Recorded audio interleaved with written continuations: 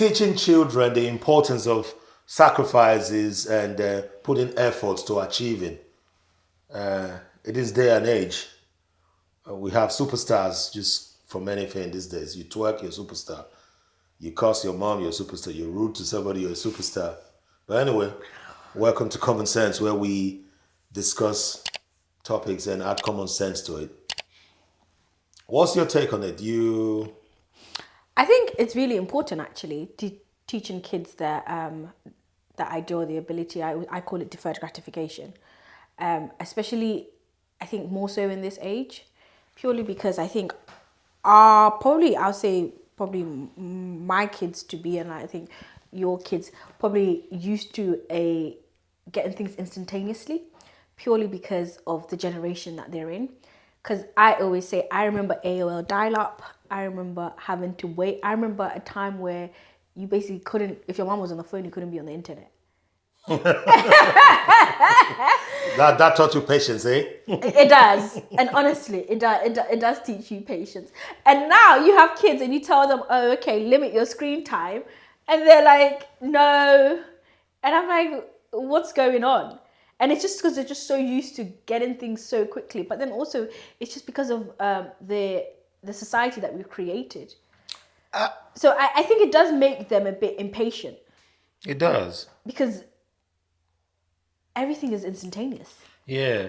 But you said something earlier about deferred gratification. It's very important. And it's not just important, it's supposed to be the basic things that we teach everyone, both children and all. Because you having to do any house chores at the time, and there was a present at the end, meant you deferred that gratification to the end of after you've done your house chores. These days, even we indulge them.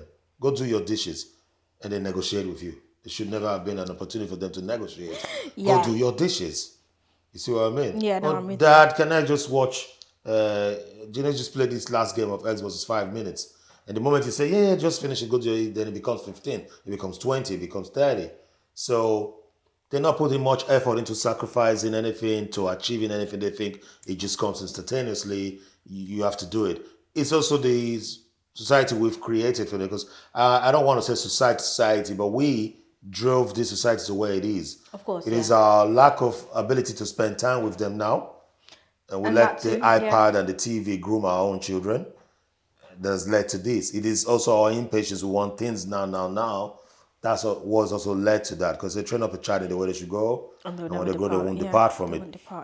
So, Ronaldo is on the TV. What the kids say is success. They hardly show Ronaldo's regime, a training regime on TV, except you go by his documentary. So the kids will see Ronaldo in a flashy car, Messi in a flashy hotel. Stuff like that. They see their favorite artist, musician doing Stormzy riding his Bentley. None of them sees the days and hours and months and years it took Stormzy to even get the number one hit. Is that because we don't, that's not, because we know that doesn't sell, right? Indirectly, we don't show that. Because I always say that people always kind of forget about the hard work. Maybe because when we're doing the hard work is behind the scenes. Yeah. So I don't know if is it time for us to amplify those moments as opposed to only amplifying the success. Because I remember, right, when I was in law school and I got a distinction, I'm posting it everywhere, but you posted it everywhere? No, because I got a distinction. I was so happy. You put it everywhere? No, I put it, yeah. Okay. I mean, I only put it on my social media at that time. But I know my father posted my results on church group chat. That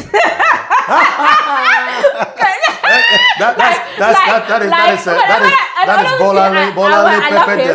But he posted my transcript, and I was oh my God! The transcript shows what percentage, yes, and I'm not gonna lie, obviously. Your girl was hitting the high percentage. Hey. we're fellow distinction people. But you know what's so funny? In that moment, right? As in when I used to, but most people don't know this. I was working full time as a paralegal. I used to wake up at 5 a.m., try and get to the office for 7, because at that time I was working for a local authority, so you used to have flexi working. Yeah. I think they still do. So you can come in and you can leave at what, provided you do your hours. They've got flexi working where you can come in. They still do it. Yeah. So I remember I used to like wake up at 5 so I could get there for 7 so I could leave for 4 and then go to the library, and if I had evening lectures, it would start at 6 o'clock. So I was grinding. Like when I say I was on the grind, like during that period, I was literally like full time, and I had a routine. I was going to the library every day, even on Saturdays. I'd wake up, I'd go to the library. I'd be sat in the library. The library would be empty most of the time. I remember ULaw, if you know ULaw, Moorgate, you just be sat there, you'd be like going through it. And I think in those moments, because I don't post it, right? Nobody saw that. Nobody. The grind. The grind. So now when people see and they want to make snide comments, the hard knock. Yo, they want to and like you're literally, sometimes you're tired, you're exhausted, but you know that I have a goal to get to, and there's a target. I'm really grateful. Apologies, I want to cut you there. Yeah. I'm really grateful that you're sharing this, because you know what? I didn't know where this topic was going. Yeah. Until now. What you've just shared is amazing. And this is what I tell people. I like to use seeds. You know, flowers come up, they're gorgeous. But nobody knows the struggle that went through trying to come out of that soil. Yeah. The harsh soil. And Jesus used the parable of the sower who sowed sparingly. Some fell on the thorns, fertile soil, and all of that. So you had a fertile ground to do your thing, your parents, vis-a-vis, you must have taken those hard work for the days of you going to work so early. You could have laid in bed 1 hour more and said, you know, I'll get it. I'll be average. This is what I tell my children. Now you've done that. You negotiated your time to be able to leave early. You didn't just go back home to snooze. You went straight to the library, grinding. And I'm pretty sure those days we didn't have this fast access to information. You would have had to do proper research, put in the work to get the documents you were looking for. You would have to go through the library ranks looking for the books. Yeah, I remember. Carrying books to read. Doing your writing in small, so you didn't have all this software. And I always tell people, like, obviously at that time, now I think I've kind of changed in my approach in learning, but I was the type of person where I had to write my notes to remember them. Exactly. So I wasn't doing, you know how people used to type? Even if I typed my notes, I'd have to sit down and I would still have handwritten notes. You are my type. Because that's how I retain information. If you were dictating, I would write faster than you talked. Yeah. That's so. No, amazing. I really like this, because the reason I like this is you've shown us the process where it took to get there. Now, to take it further, there would have been your cohorts. Yeah. Who went through the same period of school with you. Did all of them get distinction? Not all of them. Exactly. Some even didn't complete the course. And that's exactly what happened for me. My first degree, I never went to school in Nigeria. Yeah. First degree is 2016. I got distinction as well. And my transcript is a beauty to see. But because I was an older student when I left school, I really I never was that person who posted things. So I never posted it. But one day I just said, why not? Bam, my first class degree. Bam, I put it there. Why not? And my master's program, I got 2-1 because my brother just died. Yeah. I wanted to leave the course. And a friend of mine said, I know you get through things, go through this. And I came out with 2-1. And the next day I went into a major surgery. It was planned. I knew it was coming. Yeah. So I didn't celebrate. I didn't drink Prosecco on my graduation day. And it was the first time I attended a graduation. That's how Grinch I am. I didn't wear a gown for my distinction. I don't like those things. I don't like to show off. But that day I said, tomorrow I'm doing my surgery. Today is the graduation I'm attending. Because what if I die tomorrow? Nobody will ever have the picture. No, but I'm happy that you went. Because obviously, like, I sat here now, right? So I'm coming up to 2 years post-qualification of being a solicitor. And I still haven't gone for my Law Society ceremony. Oh, my gosh. Because, again, deferred gratification. That's what we do. Yeah, but the reason why I haven't gone is that I don't even know. I felt like I had a target, right? And I always say, like, I like to make goals. My target at that time I was like, I want to qualify before I'm 30. And I was 2 years ahead of that target. And I was 2 years ahead of that target. But it's like, it was all such like it was almost like, maybe because of my personality. I was qualified. I was like, okay, this is it. Had an NQ role, which I started. That's when you're newly qualified. And I was like, okay, so what's next? So because then what's next? You're in a new job role. You're finding your feet. You're trying to figure things out. I kind of forgot to book it. And it has moved. And I think as you progress more and you don't celebrate it, it's kind of just gone lower and lower down the list of The hierarchy priority. of things that you need to do. Yeah, because I'm like, okay, what's next? I'm actually in that moment where I'm like, okay, what can I do next? What's next? So you put in the grind because it's not just an end in itself, it's a means to an end, all of these things you do. Yeah. So this is what I tell the young ones, especially those who want to make it very quick. They like the flashy lives. They want to drive a big car, a Beamer. I'm like, look, you don't need to live that life. You can gradually work towards whatever goal. Yeah. I said, there are real heroes in your community. And sometimes they ask me, who are these heroes? I'm like, you're looking at them, your dad, your moms, who go to the 9 to 5 and they're still able to purchase a Mercedes Benz. That's your hero. So you want to drive a Mercedes? Yes.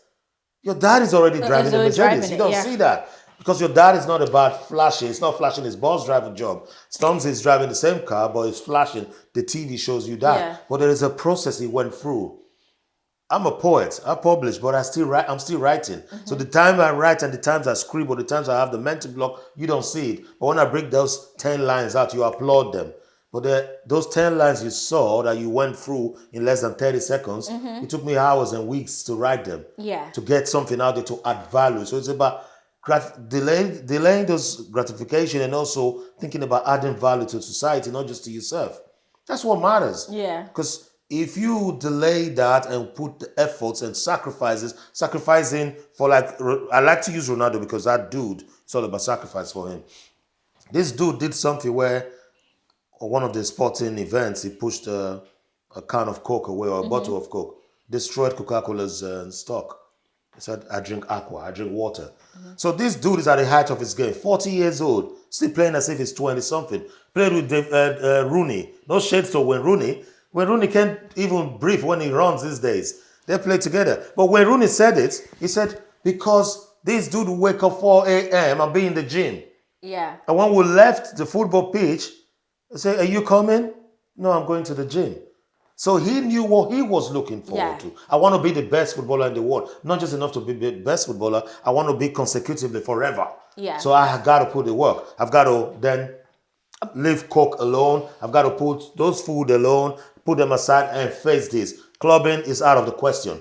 When I've attained, I will then club. That becomes a delayed, and everything is just coming to play for him. So I showed kids this. Why you like that life, also know there were sacrifices that they did. Yeah, and I think maybe perhaps it's time for us to amplify those, like those moments, those if we're not doing them already. Exactly, just to make sure that they understand that there's a process to everything, and sometimes you have to you're consistent and you work hard at things, and I always say this, like, hard work and consistency will always beat talent. Of course. And and when I tell people this, I'm like, I feel like I'm a testament of that. Yeah. I'm like, consistency and hard work. Yeah. Like, and I always tell people this: if I sit down and if I make up my mind that I want to do something, like, I have seen, and that's something that I've actually noticed, and I'm like, I see how I become razor focused on that, and I just work through the process. Yeah, in the beginning it might be a bit rusty, it might not be that great, but then watching myself be consistent and stick to it and go through it, then seeing the end results, it's satisfying. It is, and you would have, and the sacrifices you would have. But then you don't hate the process. The process is tough and it's hard, and sometimes you want to give up. And there are days where you're not motivated. There are days when people would have called you, can we go out? You'd be like, no, I've got an essay. I got 2 or 3 chapters to go through and do a summary of. You delay that and then went. Because some people think uni is freedom for them. So while they're running out there partying and meeting boys and girls, you were the one that fun. She's no fun. And the no fun today but is who she is or is. And then you falling below the pecking order. And I you're always blaming tell the people, society. Exactly. You're blaming society for that. I always tell people, and I'm like, nobody likes to have fun more than me. You know what I mean? But you get that. Of course. Like, let me get that very straight. I'll tell you something like you. People ask me, how do you walk through the noise? Yeah. I had children while I was doing school. Boy, you can shout as much as you want. I zoned you out. I will be on my computer from like 8 o'clock if my mind is on it. Yeah. And that essay, I want to get that first class. I'm there from 8 in the evening. I'm there till 6 in the morning. But I go out to go do some running, jogging, and I come back with fresh ideas. My pen is with me, my pad is with me. I have the smartphones. I didn't even know how to use the notes at the time. I didn't even know I could do that. because I don't like those things. I Yeah, prefer you pen. prefer a I'm pen, going, yeah. I'm talking to myself. I recorded a lot. I just recorded my voice. And I got my first class degree. Yeah. Because I put in the effort. And there were cohorts of mine who were there with me doing all this grind, went out and all of that. They didn't get first class. They got 2-1 or 2-2. But we started at the same time, right? Because I'd sacrificed a lot. Play and all of that. I'm like, you're going to be where you're going to be. I'm going to focus on this. It's what I tell children. You want to be a footballer. You want to be great as Ronaldo. You're going to put in the work. Yeah. Fact. Put in the work to become like Ronaldo. It involves a lot of sacrifices. And another thing I think we should do while amplifying that sacrifice and the work, the hard work, is also to be honest to them. Of course. If you're sorry, I'm going to say this. If you're shade, you're shade. There's no need sugarcoating it to a child saying, oh, you're good at everything. No, you're not. They say to me, I can be anything I want to be. I said, no, you absolutely cannot. No, but I can't. But you know I said, no, you cannot. Can you be a butterfly? But you know what? Yeah, and that's actually true, because I think that they cannot, right? No, yeah. No, I always say, right. I always say that the key to education and succeeding is playing to your strengths. Yeah.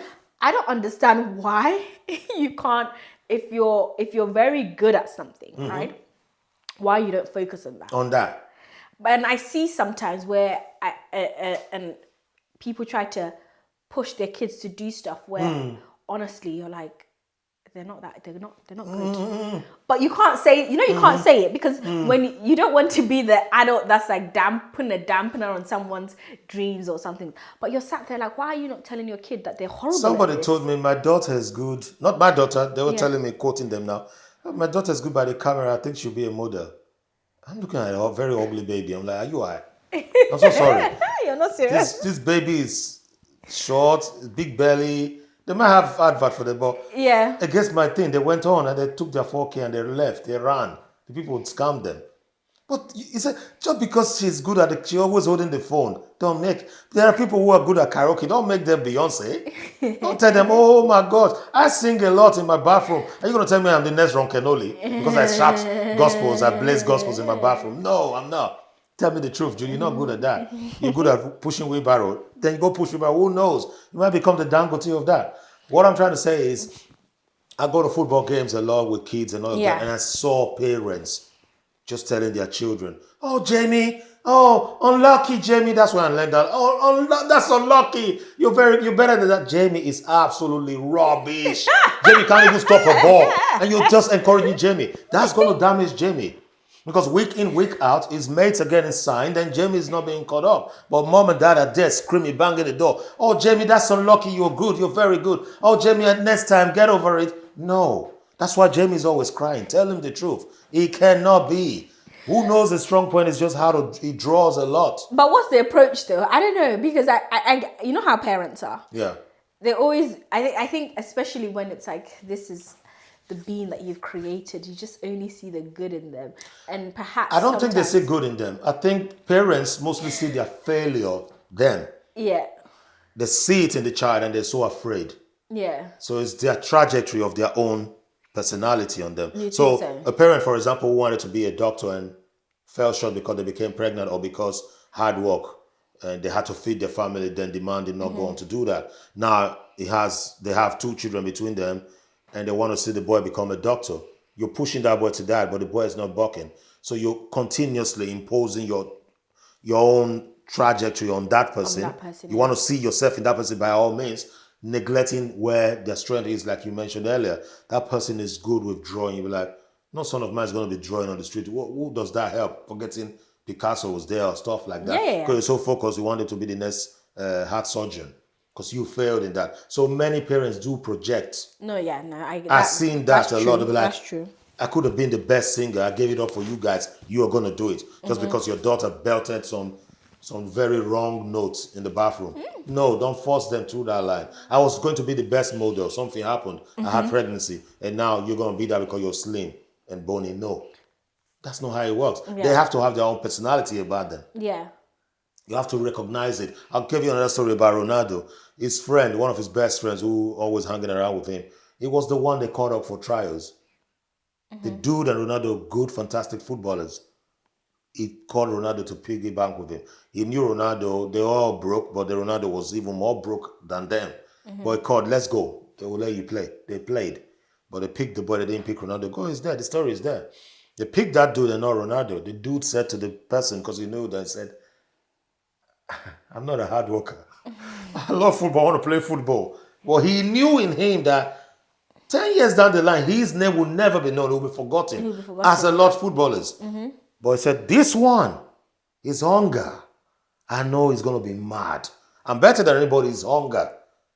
But today, look at that world phenomenon, because somebody recognized the sacrifices he puts in. Like you, if you put your mind to it, 100% you're going to do it. And sacrifice a lot. It's not about, you want to be a footballer, and I don't see you kicking the football. You're always on your game board. You want to be a footballer, I don't see you playing outside football with your friend or going to training, your attitude towards it. And it's not just go kicking the ball, it's also the preparation stage. Of course, the preparation You'll have a football game tomorrow, 10 o'clock, Sunday. Tomorrow is Sunday, right? Yeah. This evening, have you prepared your bag? Where's your shorts? Where's your jersey? Do you need gloves? Do you need snoods? Have you prepared everything? Have you kept your water or your juice water by the side? Not 9:58 doing that tomorrow and everybody's stressed. Because a calm mind can play football. Or a stressed mind, you won't be able to play the football. That's the preparation. You don't know you have an exam and then start looking for your pen. Yeah. You've already prepared your exam papers and everything. You walk into that place very calm, and then you look your cohorts running half scatter because they weren't prepared. You can't blame anybody for that. You can't say, oh, I went for a night shift. You should have prepared. You knew this was coming, right? Yeah. So you prepared for it. This is how I tell the boys. I see them running the next morning. I'm like, you ain't going. I tell my boys, you will not be a big footballer like that with this behavior. Yesterday I said, have you prepared your bag? Say yes. This morning it was true. He's prepared it. He got up quick. And the dude who came to pick him up, picked him up and they left. But if I see you running head to scatter 10 minutes to the time you should leave, mate, you're not ready. Please just give it up and go and work in McDonald's. It's what that dude told you. He said, you end up in McDonald's. It's true. And also while you are at McDonald's, again, you're doing that in the main time, but you're not losing sight of the goal. Of the goal, You're walking towards that goal and say, this is who I want to become. I'm walking towards it. This is a stepping stone. So this little money is just for me to buy that thing to go do that. And we have an example, Kemi Badenoch. She's there today as the leader of Conservative, the first black leader of a major political party in the Western world. And it's a testament of the sacrifice. You think that girl didn't know how to party like her friends? Of course. That's the thing. You have to make those sacrifices. Yeah, you do make sacrifices. Don't become grumpy, but you still need to make those sacrifices. Of course. We're here today. This is sacrifice we've made. Yeah. Today's Saturday. Boy, I could have been balling right now, sipping my fine whiskey that somebody gave me. Oh, okay. And smoking my cigar. Really? But I would have, at the end of the day, not achieved anything. I'd have been in bed watching Married to Medicine. Exactly. But at the end of the day, we wouldn't have achieved much, right? You would have gone through a lot of episodes. You would have gone through cigar, whiskey, and get high and go sleep. But we've been here today. We've been productive. Yeah. We've sown a seed. We've sown a seed. It will grow yeah. into something. And when you look back, you're like, I put in the sacrifice. Yeah. That Saturday morning, I would have gone somewhere else and chill. But I came, despite the weather. It's those little things. It's the preparation stages. The story of the women at the marriage, the brides at the marriage of Christ. Christ. Revelation. That's exactly what it was. Yeah. Somewhere like a Jessica towards it. They didn't prepare. They fell asleep. Yeah, when the bride came. Yeah, they missed it. Or the groom came. Yeah, they missed it. Yeah. How do you prepare? You need to show that. It happened in the story of the talents as well. And it's in the story. They gave you talents. Go and some went to invest. One said, beg you. I hid it under what? Yeah. And when so I'm returning it to you. and that is scriptural and it is spiritual and it applies to us. It said, to those who have more will be what? And those who don't have, it will be taken away from them. Yeah. And he works with your time. He works with your gifts and everything that you've been given. You cannot be that gifted and not use those gifts. So, I'm a talented singer, you never sang. You never even did anything. I'm a talented poet, you never wrote any poem. Any poem, yeah. It's going to die with you. Seriously. You have skills to do things and you're not working, you're not fine-tuning them, you're not putting in the work, the sacrifices, the efforts, and saying, what did this person do? That's why reading biographies and autobiographies are very good. So you read things like Rockefeller. It's called The Titans. I told my boys, I said, read the book. It's this big. There's something I saw in the early pages. Discipline, their mom instilled in them. He was from a very poverty-stricken family, but there was a trait going through the children: discipline, respect of your elders, respecting the little you have, being content, and putting the work. Their dad was a charlatan. He would sell you any oil. He would run to this village and say, "I've got the next cure for gonorrhea." Yeah. He would sell it. He would run to the other one. When they catch him here, they will beat him. You won't believe that was Rockefeller's dad. And those children saw that and said, "We don't want to be there." And their mom schooled them in hard work, in sacrificing, in delaying gratification. And that's all about sacrifices. Yeah. Going to bed without meal because of what you see the next day. Going to bed without watching TV into the late because you have to wake up that early while your mates are still sleeping. Yeah. It might not look like anything to you now, but it does pay out. Hence, when your distinction came, the euphoria was like, yeah! Honestly, I think when you know, especially when you know the work that you've put into it, and you're sat there, you're like, oh, all those times. Like, and do you know what's so funny, right? I used to spend so much time in the library, right? This is actually like an off-the-cuff joke, right? One of my aunties was like, literally, are you sure I'm not going to go and meet man? This one I always say you're in the library. Exactly. Because people did go there to meet men. And it was a running joke, and I was so confused because I was like, no. But it's a running joke, but it's a good one. Yeah? It's a good one. It was quite, because from my perspective, I'm like, no, I'm in the library. But it's a good one because what she's just said is purpose. Yeah. You went there for that purpose. For that purpose, Other people also go for the purpose, but to meet... Yeah. Man, and they'll carry a big bag. I'm going to study. And the end result was distinction for them was early pregnancy. Yes or no?